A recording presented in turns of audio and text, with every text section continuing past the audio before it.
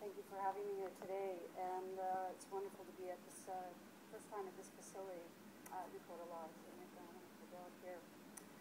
I don't have a presentation, so I'm just going to speak a little bit about what I know to be what's important to the values of the Baker Creek Bistro, and to me personally as a chef. You can count trail there. That's a good thing. That can stay. The Baker Creek Bistro is situated very far away from a major distribution center, so I'll talk about that in a minute. But it's basically on the 1A highway in between Castle Mountain Junction and Lake Louise in Banff National Park. And Baker Creek and the chalets and the bistro have been an iconic Canadian landmark for over 60 years. For doing various things, serving as a base camp for railway workers. It was a stopover for weary travelers traveling to and fro, and in recent years it has been a sanctuary for wilderness adventurers and outdoor enthusiasts and holidayers, tourists. Over the years, the menu at the bistro has offered many different cuisines, which was always interesting to me, but including French, Italian, Swiss, and German, which I suppose in years gone by had some influences due to the early people who had come to help settle the area.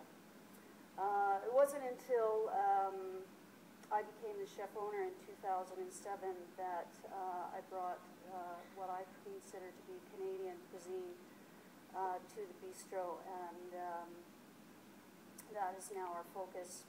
I'd been a chef in Calgary, originally from Vancouver, and I really wanted to bring an authentic Canadian experience to my guests through hospitality and cuisine at the bistro that will leave a lasting impression of the area. Through my travels, every place that I'd ever been, traveling as a chef, I wanted to experience the authentic cuisine of an area.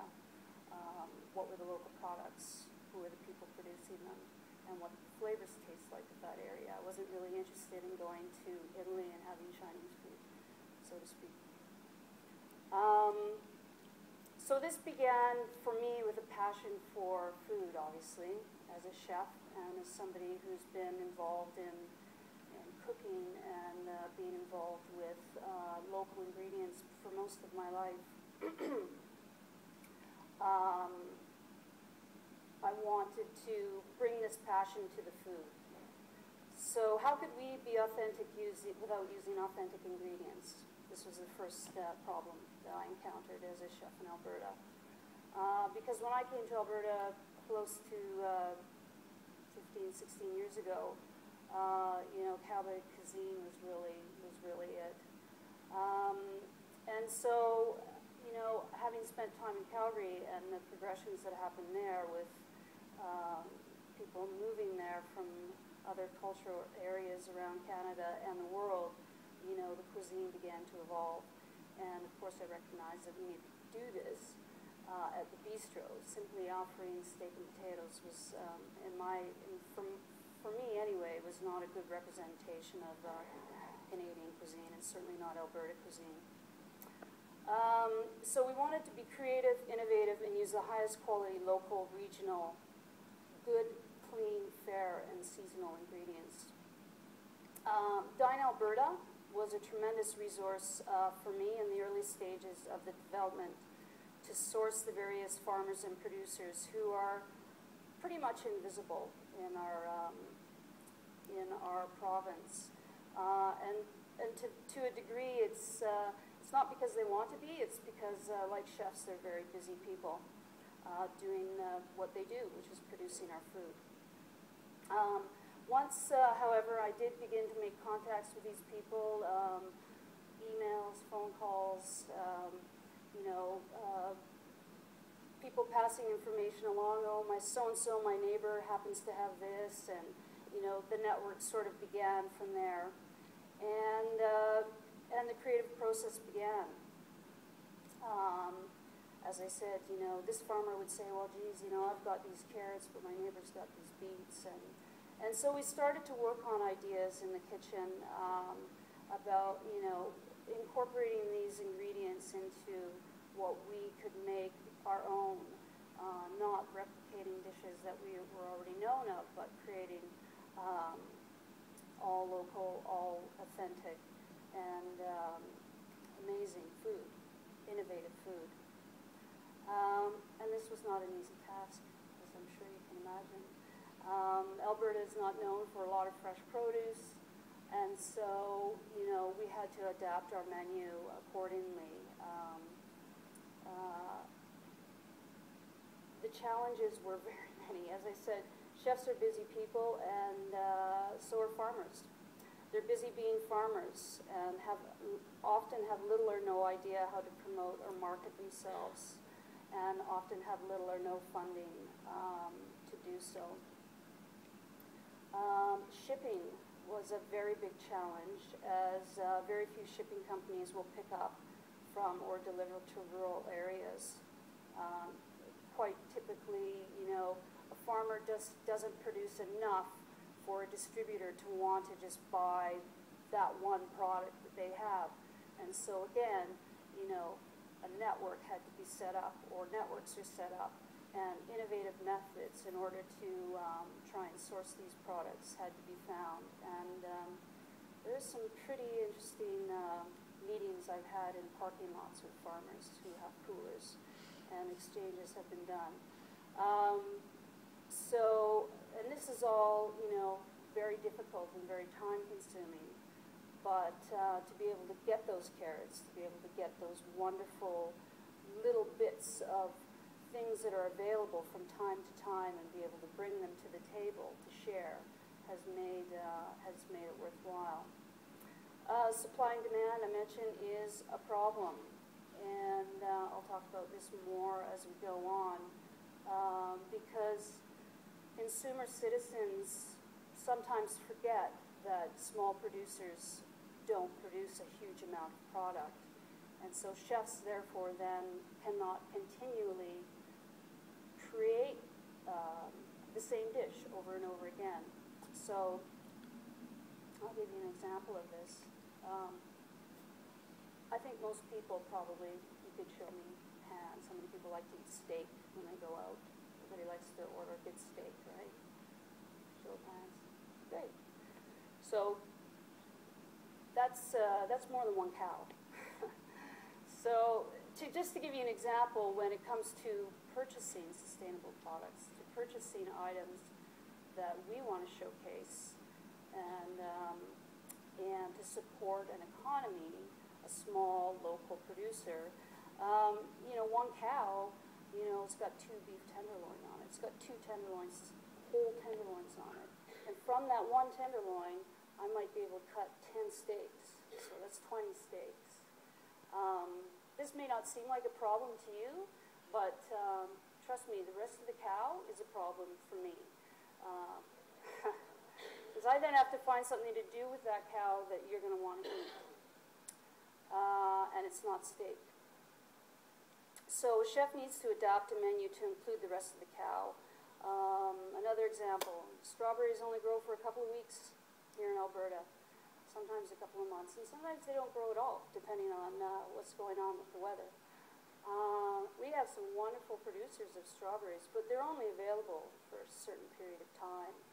So again, you know, in the summertime when they're at their peak and you come to my restaurant, you're going to have fresh, local Albertan strawberries. But the rest of the year, we're going to come up with some other kind of dessert or wonderful thing. We're not going to import strawberries because it doesn't work with our values. Price is a problem, and again, this gets into sort of where, you know, common good pricing needs to be understood. Local pricing is much higher than global pricing, and this creates a false economy for consumers who are used to cheap menu pricing. Cheap menu prices mean someone is losing, and this is not fair trade. Small produce farmers need to charge more money because they have higher costs. They are doing everything themselves.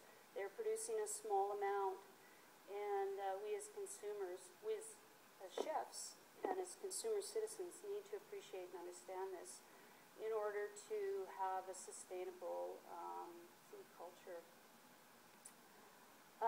As a business owner, it's even more of a challenge to justify higher pricing because consumer citizens who are not educated on buying local and common good pricing are usually negative towards menu selections and pricing.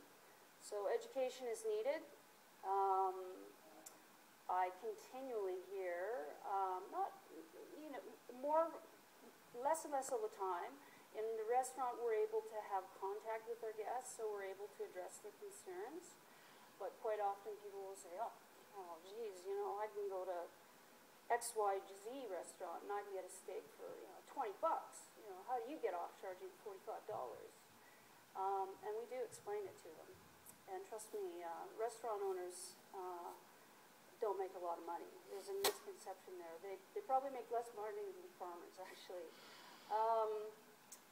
So I have not applied for and do not receive funding of any kind, unlike some of the other people that are here, which is fantastic that that is available. The bistro has been self-sufficient in our values and supported for the most part because of the quality of the food and of our innovation. Our guests, especially Europeans, are pleasantly surprised to find what we offer. We are frequently told that we have provided the best meal that they have ever had. And they are also very surprised to find that we are one of the few places that they have visited in their travels throughout Canada, and in particular in the Alberta region, that actually supports and provides local cuisine. So if there are any other chefs or restaurateurs out there, I strongly recommend that this is an economic avenue for you to explore because people are looking for it. So yes, I don't believe it's because we're the best chefs, although we are noted for our cuisine, and I think we do a very good job.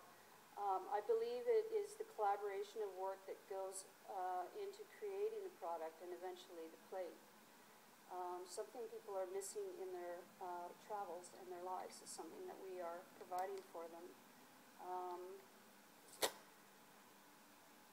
I have learned in this process of being involved in this in the bistro and my involvement on a local sort of food movement level that you need to believe in yourself and your product, and others will too.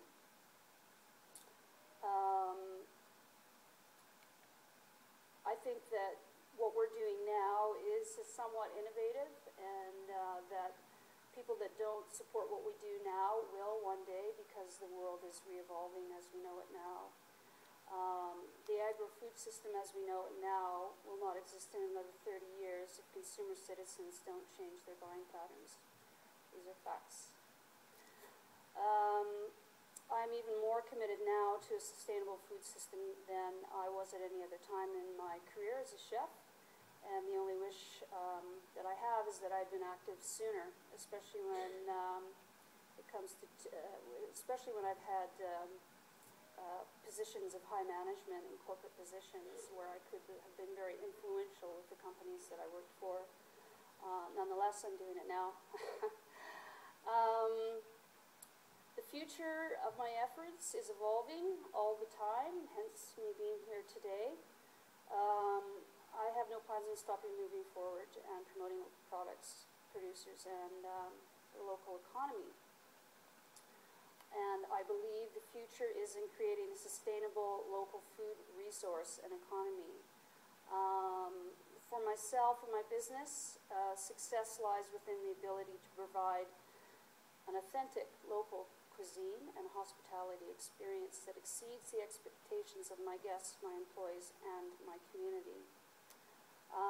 There is some measure for this, of course, and economics being what they are, I still need to make a living.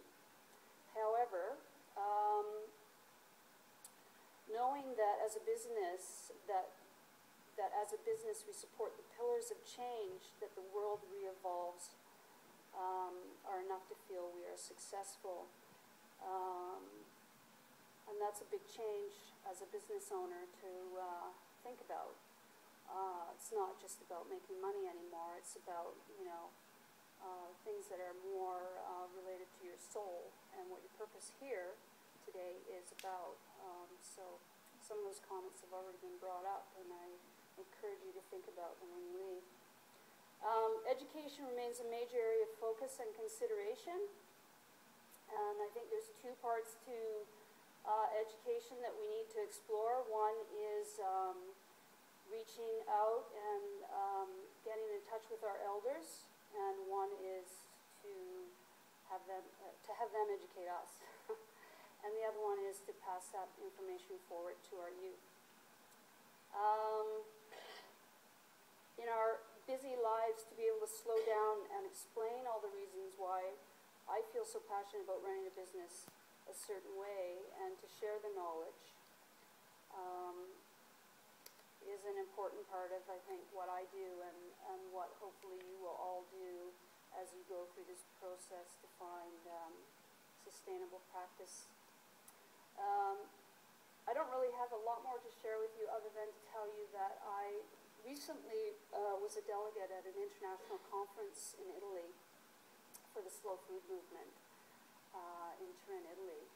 And so I'm a slow food member, and I just wanted to let you know that tomorrow is Terra Madre Day.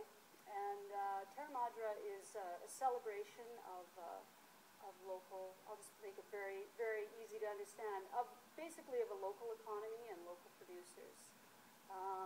It happens once a year, so I encourage you to look for within your community to find places to go and celebrate Terra Madre Day. Tomorrow in Banff is, I think, hopefully going to be, I think it's the first time that we'll celebrate Terra Madre Day in Banff, and that will be at my new store in Banff, which is called Feast, which is a local artisan grocery that sells local products from Alberta, as well as artisan products that are created in Alberta. So I just wanted to leave you with some parting thoughts that have to do with what I think is the reason why all this stuff is happening. And I think it's called a re-evolution. So the world has evolved and re-evolved itself many times. But I think we're at a place now where there are 5 reasons why things need to change. So I'm just going to touch on them quickly and leave you with something to think about. One, I think we have, as consumer citizens, we have social responsibility, and we need to stop giving political meaning to consumerism. And how we do this is we vote with our wallets, and that's what I'm doing as a chef. Produce less of some goods in favor of others. And an example of this would be, and this is just for me personally, and I don't want anyone to take offense. So for me personally, this would be less meat in favor of more grains, legumes, and produce. And more goods that favor interaction among all people, so, just as it relates to food. And 5 is probably the most important thing, and the thing that I carry forward with me and try to have in my business and in my practices is what I call common good practices. And hopefully you'll all think about this in your businesses too. And this is adopting practices that aim at the common good for all. A global wealth that contributes to poverty is not common good. So, and that's my thoughts for today. Thank you very much.